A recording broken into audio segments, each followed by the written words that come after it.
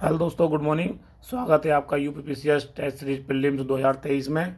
अब तक हम 2 टेस्ट फुल कंप्लीट कर चुके हैं। ये तीसरा टेस्ट है, टेस्ट नंबर 3 है दे आईएएस का। अब शुरुआत करते हैं इस टेस्ट की। इसमें भी 3 पार्ट आएंगे, 1 से 50, 51 से 100, 100 से 150। चलिए शुरू करते हैं क्वेश्चन नंबर 1 से।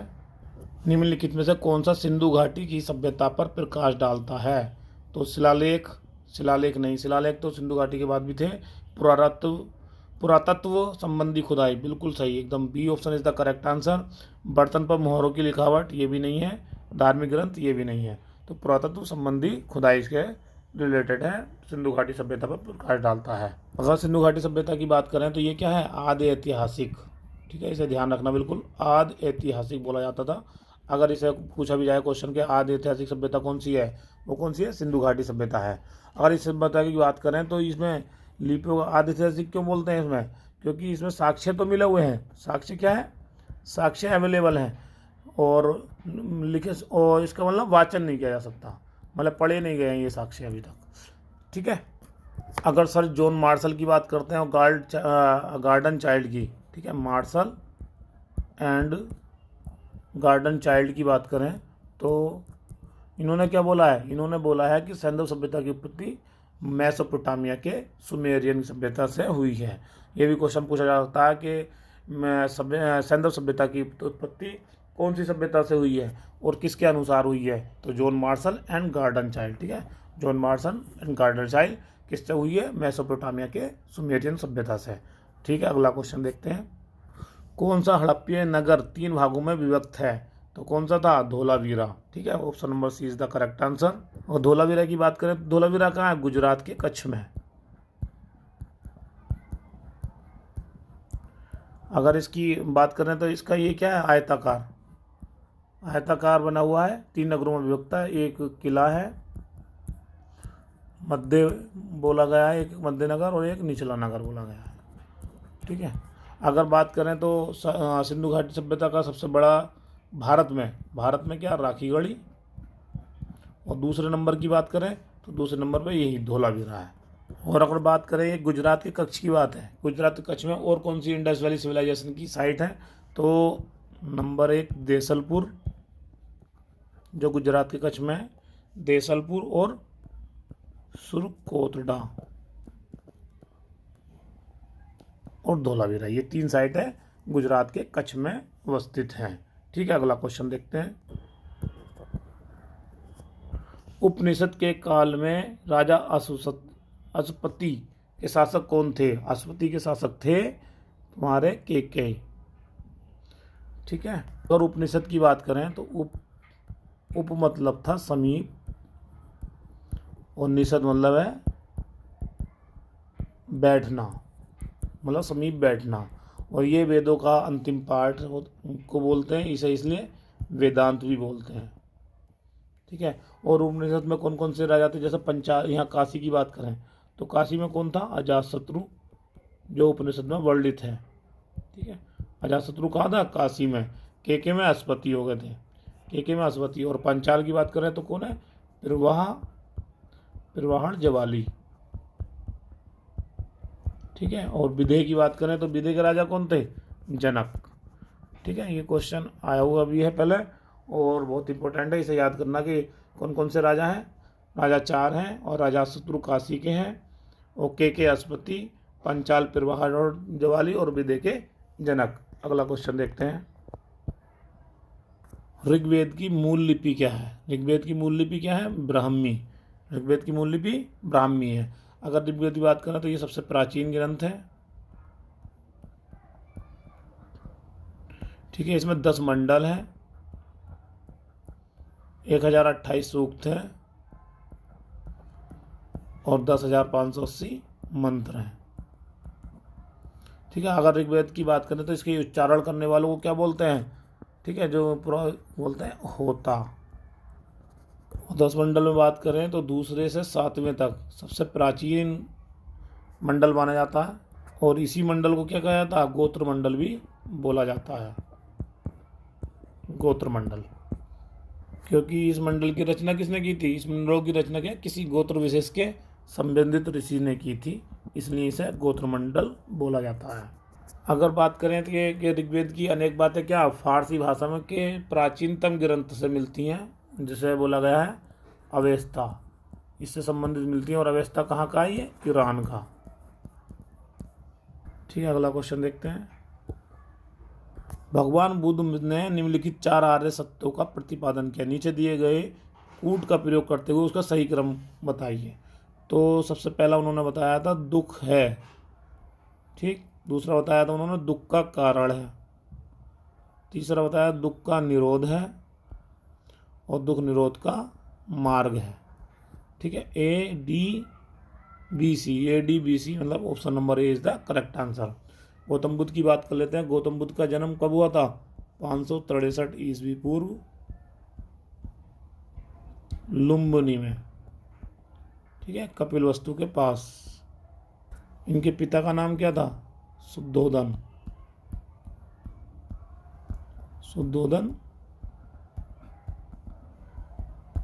और ये क्या थे? साक्यगढ़ के थे। ये भी पूछा जाता है, ये साक्यगढ़ के थे, कपिलवस्तु के।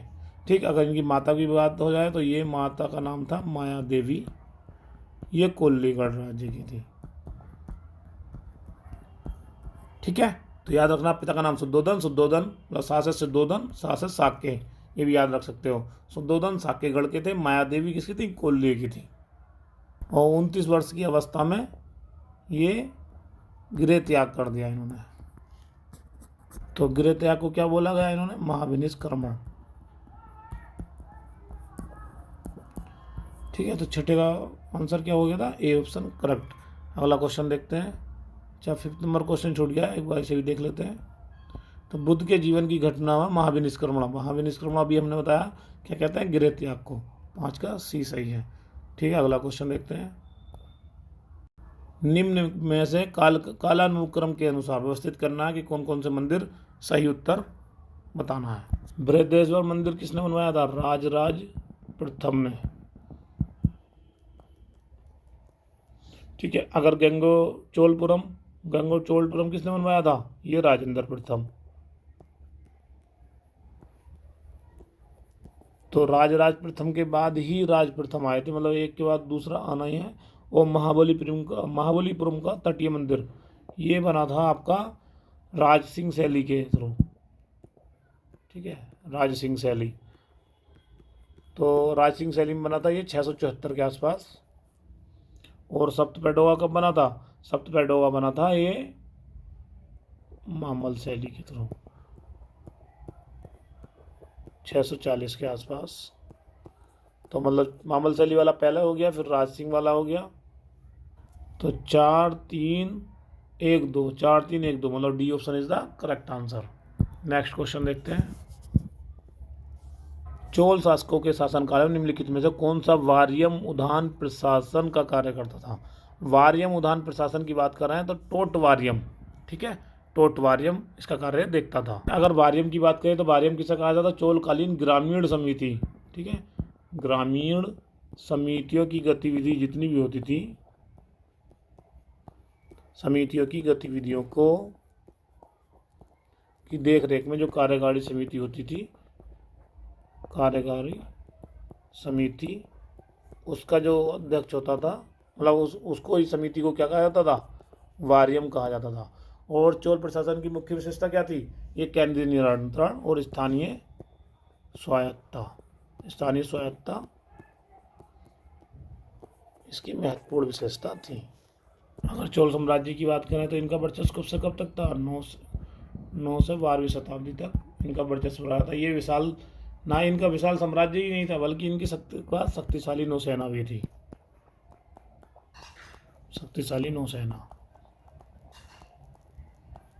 अगर चोल प्रशासन की बात करें तो सबसे पहले क्या आता था? सबसे पहला आता था राष्ट्र के बाद क्या आता था? मंडलम, जिसे प्रांत भी कहा जाता था। और मंडलम के बाद आता था वलनाडु, और फिर आता था नाडु, और अंतिम इकाई क्या थी? गांव। ठीक है, प्रशासन क्या हो गया? राष्ट्र, मंडलम, वलनाडु, नाडु, गांव। और इसकी राजधानी की बात करें चोल साम्राज्य की, तो राजधानी तंजौर थी। और विजयालय इसका संस्थापक था। ठीक है, अगला क्वेश्चन देखते हैं। सूची 1 से सूची 2 सम्मिलित करनी है। तो पाणिनि किसकी थी? अष्टाध्यायी की। वात्स्यायन, कामसूत्र, चाणक्य, अर्थशास्त्र, कल्हड़, राजतरंगिणी।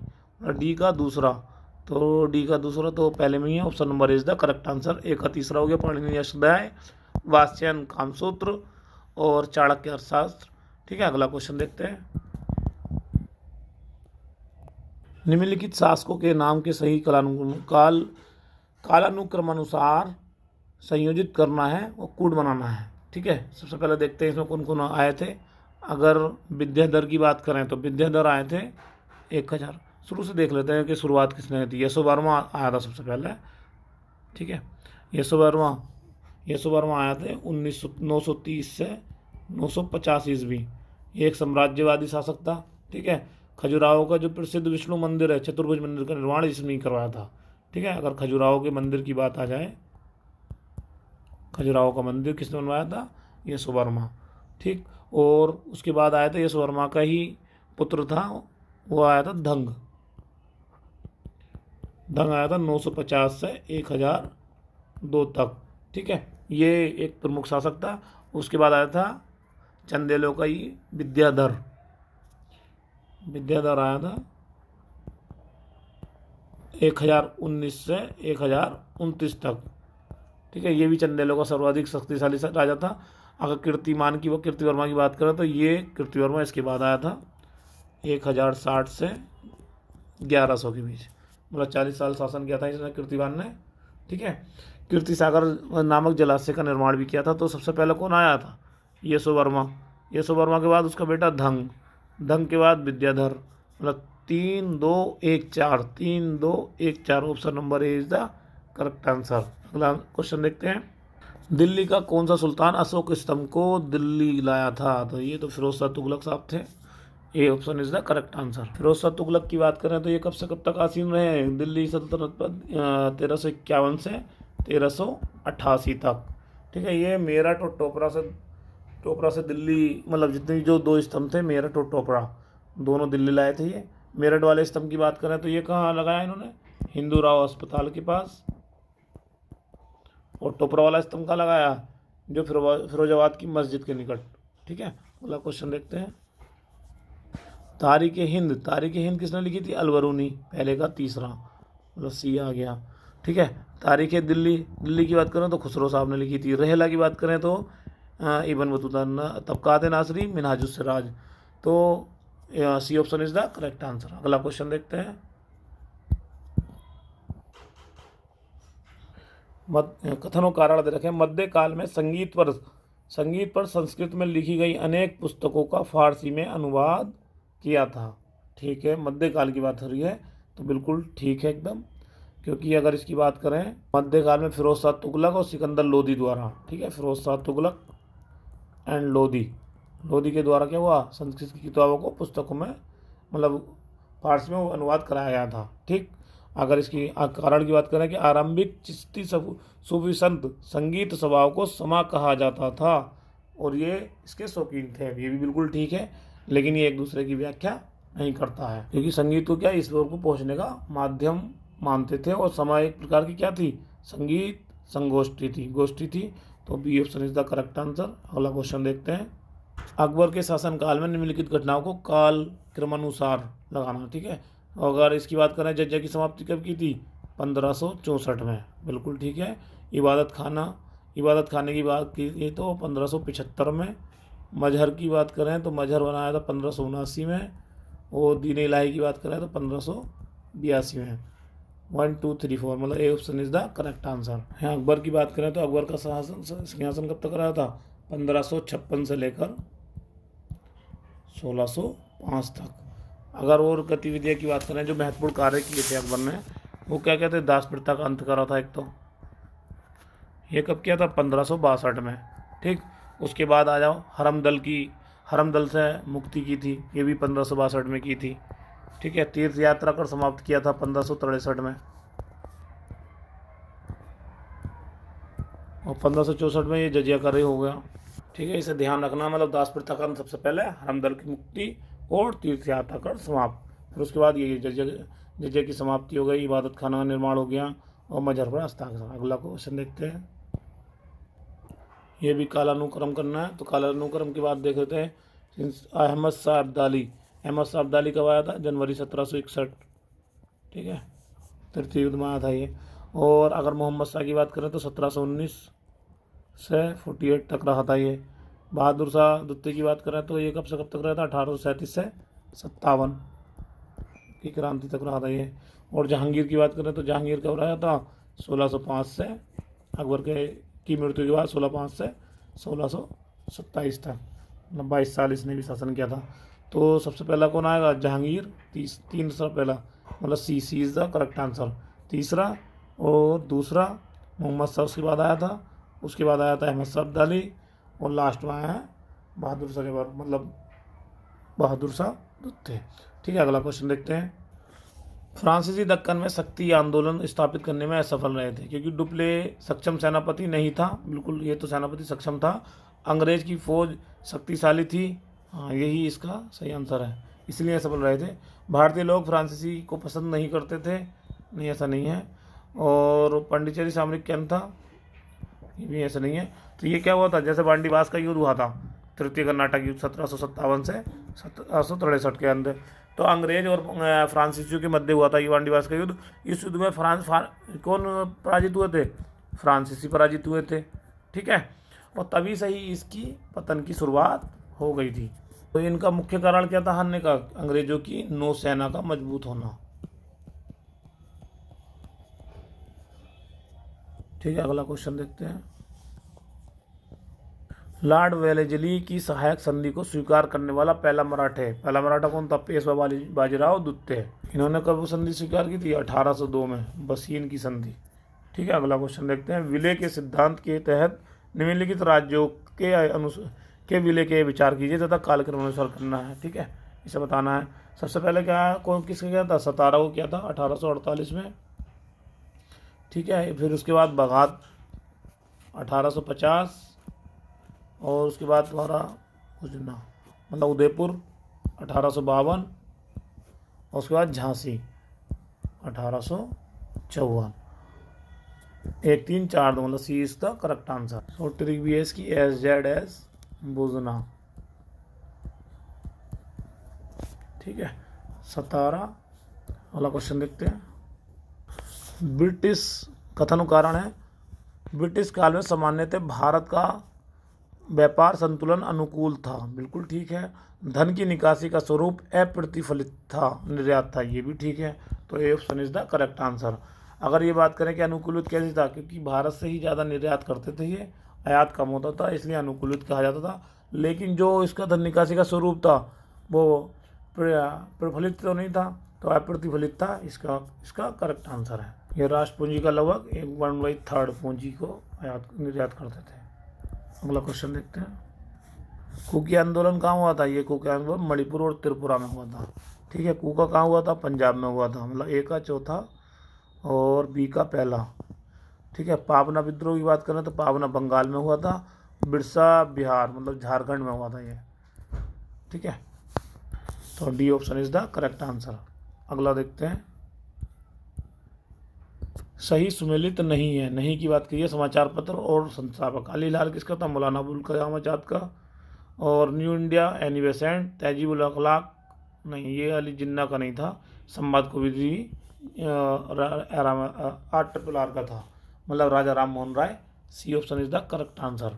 तहजीब उल अखलाक की बात करें तो ये किसका था? सर सैयद अहमद खान का। सर सैयद अहमद खान।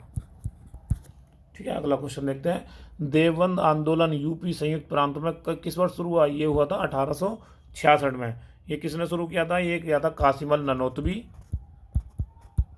द्वारा शुरू किया था देवबंद में, जिसे संयुक्त प्रांत बोला जाता था उस टाइम। ये इस्लामी मदरसे की स्थापना की गई थी। ये आंदोलन अंग्रेज विरोधी था। ठीक है, देवबंद का जो था ये भी अंग्रेज विरोधी था, कि देवबंद स्कूल में अंग्रेजी शिक्षा और पाश्चात्य शिक्षा पर पूर्ण प्रतिबंध था। ठीक है, अंग्रेजी और पाश्चात्य पर, अंग्रेजी एंड पाश्चात्य। पर पूर्ण प्रतिबंध, ये पढ़ाई नहीं जाएंगी। तो 1866 में इसका आंदोलन शुरू किया था। अगला क्वेश्चन देखते हैं। निम्नलिखित में से किसने बड़ी बुद्धिमानी के साथ अलीपुर षड्यंत्र मामले में अरविंद घोष का बचाव किया था? वो किसने किया था? सी आर दास मतलब चित्ररंजन दास ने किया था।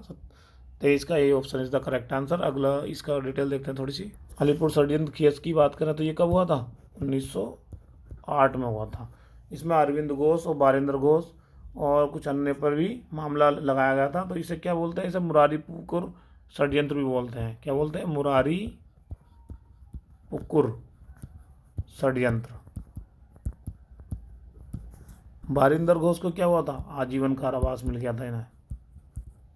ठीक है, आजीवन कारावास की सजा हुई। और साक्ष्य, और ये इन्हें क्या हुआ था? अगर इनकी बात करें, अरविंद घोष, इनके साक्ष्य पाए नहीं गए थे। पूर्ण साक्ष्य ना होने पर इनका बचाव हो गया था और ये रिहा हो गए थे। इनका बचाव किसने किया था? चित्ररंजन दास ने। ठीक है, अगला क्वेश्चन देखते हैं। स्वदेशी आंदोलन के संबंध में निम्न में कौन सा कथन सही नहीं है? कुछ विशिष्ट मुसलमान आंदोलन में शामिल हुए थे, बिल्कुल हुए थे। स्त्रियों ने आंदोलन में सक्रिय भागीदारी की थी, बिल्कुल की थी। आंदोलन ने बंगाल के किसानों की ना तो अधिक प्रभावित किया था, ना ही इसमें वो शामिल हुए थे, ये भी ठीक है। और ये बंगाल तक ही सीमित रहा, नहीं, ये बंगाल तक नहीं सीमित हुआ, ये बंगाल से बाहर भी फैला था। अगर बंगाल विभाजन की बात करें तो ये कब? 20 जुलाई 1905 को इसका बंगाल विभाजन का निर्णय लिया गया था। 7 अगस्त, जुलाई के बाद 7 अगस्त, लगभग 17 दिन बाद 7 अगस्त 1905 में इसका क्या हुआ था? कलकत्ता में होल टाउन में इसका स्वदेशी आंदोलन की घोषणा कर दी गई थी। इसे साम्राज्यवाद के विरुद्ध सशक्त आंदोलन भी बोला जाता है इसे। ठीक है, अगला क्वेश्चन देखते हैं। कौन सी महत्वपूर्ण घटना जलियांवाला बाग नरसंहार के तुरंत पहले हुई थी?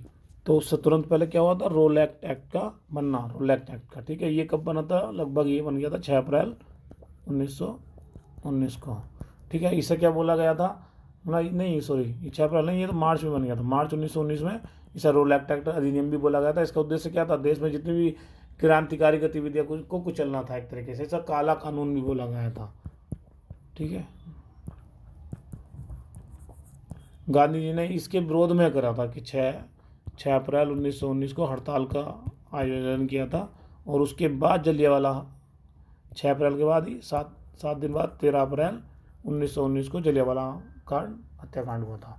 ठीक है, अगला क्वेश्चन देखते हैं। सुएज नहर क्षेत्र में उत्तर से दक्षिण की ओर पड़ने वाली झीलों का क्रम बताना है। तो सुएज नहर के ऊपर वाली है लेक मंजिला, पहली है लेक मंजिला, उसके बाद है लेक टिम्सा, फिर ग्रेट बिटर लेक, एक तो ग्रेट बिटर हो गई और एक लिटिल बिटर लेक। मतलब D option is the correct answer. Suez नहर क्या करती है? ये भूमध्य सागर को लाल सागर से जोड़ती है। ठीक है, अफ्रीका और एशिया की सीमा भी निर्धारित करती है। तो सुएज नहर से ये देख भी लिया, ये ध्यान रखना इसका, मंजिला, टिम्सा, ग्रेट लिटल। ठीक है, मंजिला, टिम्सा, ग्रेट लिटल। ठीक है, अगला क्वेश्चन देखते हैं। इसमें भी कहा सही सुमेलित नहीं है। क्यूलैंड, क्यूलैंड तो लोहा एंड इस्पात के लिए है, बिल्कुल ठीक है। डेट्रॉयट मोटर गाड़ी के लिए है। और मिसाबी रेंज किसके लिए है? ये है लो अयस्क। ठीक है, और फिलाडेल्फिया किसके लिए है? पौध निर्माण के। तो C option is the correct answer. Next question देखते हैं। पाकिस्तान में बांग्लादेश की तुलना में अधिक नस्लीय तथा जाति विविधता है, बिल्कुल ठीक है एकदम। और अगर बात करें पंजाबी पाकिस्तान की आधिकारिक भाषा है, नहीं पंजाबी नहीं है, इसकी आधिकारिक भाषा क्या है? उर्दू। और जबकि अधिकांश लोग क्या बोलते हैं? अधिकांश लोग पंजाबी बोलते हैं। मतलब ए सही है और सी गलत है, तो ए सही, C option is the correct answer. अगला क्वेश्चन देखते हैं। इसमें देखते हैं यहूदी निर्जातीय समूह और देश की बात करके। निर्जातीय समूह यहूदी कहाँ के हैं? यहूदी सबसे ज़्यादा कहाँ है? इसराइल। अगर टेडा की बात करें, टेडा कहाँ है? ये लीबिया में है। और बेजा की बात करें तो ये मिस्र में है। और लुर ईरान में है। तो option number D is the correct answer. ठीक है, अगला क्वेश्चन देखते हैं। पृथ्वी पर घने वन का अधिकतर कहाँ मिलते हैं? ये तो मिलते हैं विषुवतरेखा के पास। यहाँ क्या है? उष्णकटिबंधीय सदाबहार one.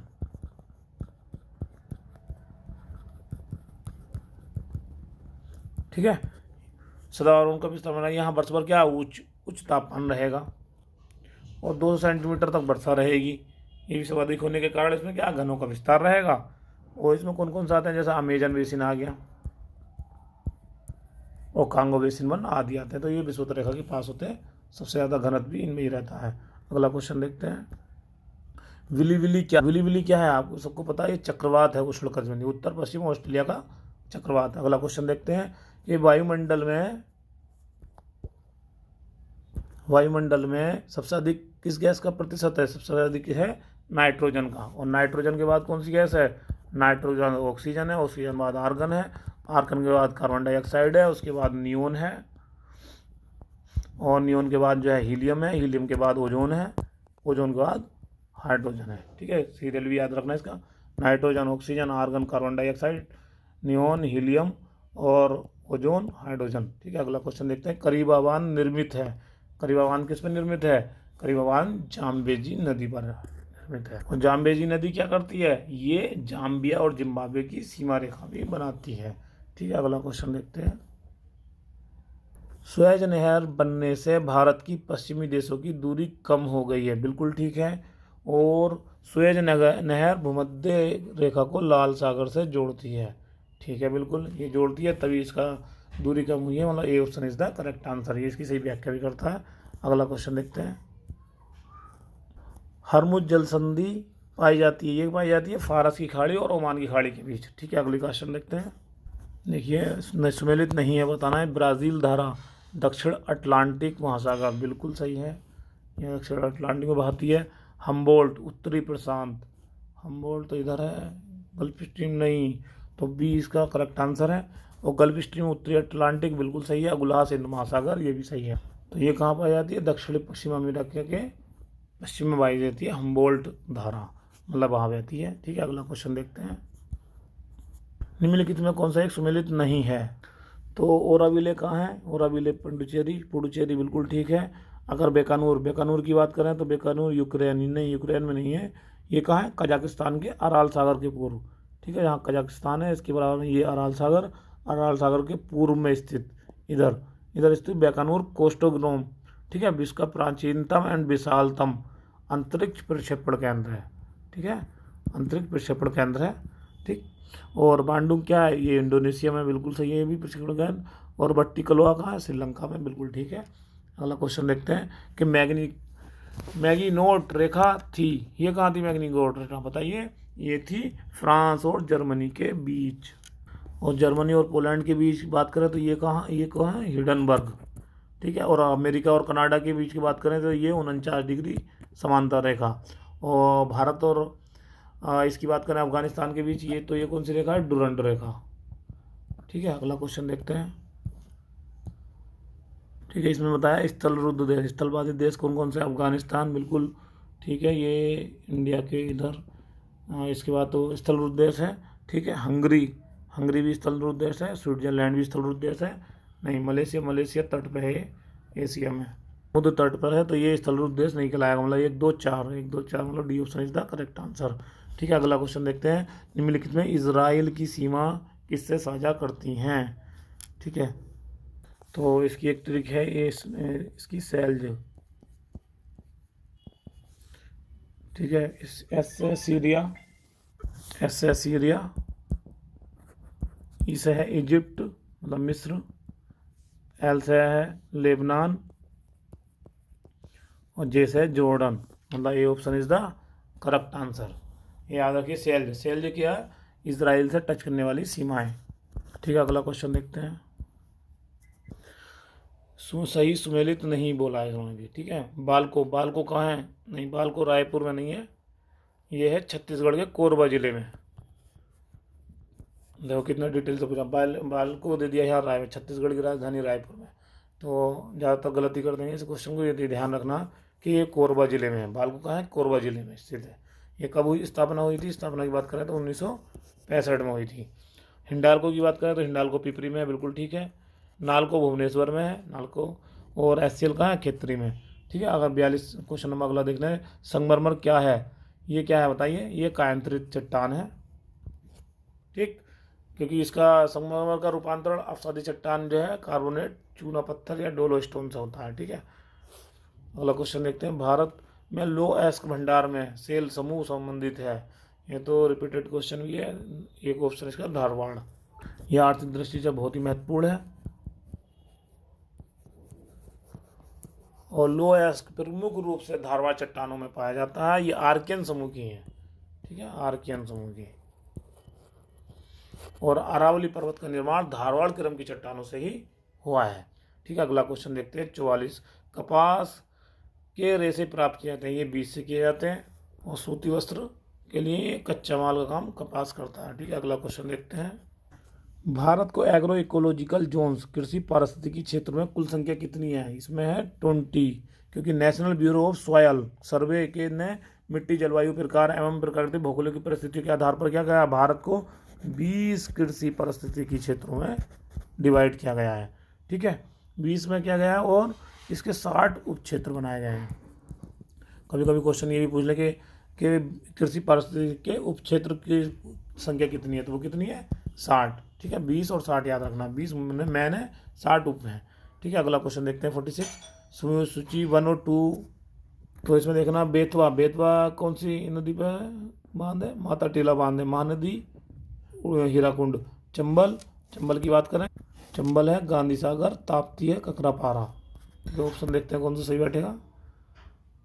Option B is the correct answer. Kaveri नदी का उद्गम कहाँ है? कावेरी नदी का उद्गम की बात करें तो ये कहाँ है? ब्रह्मगिरी की पहाड़ियों में।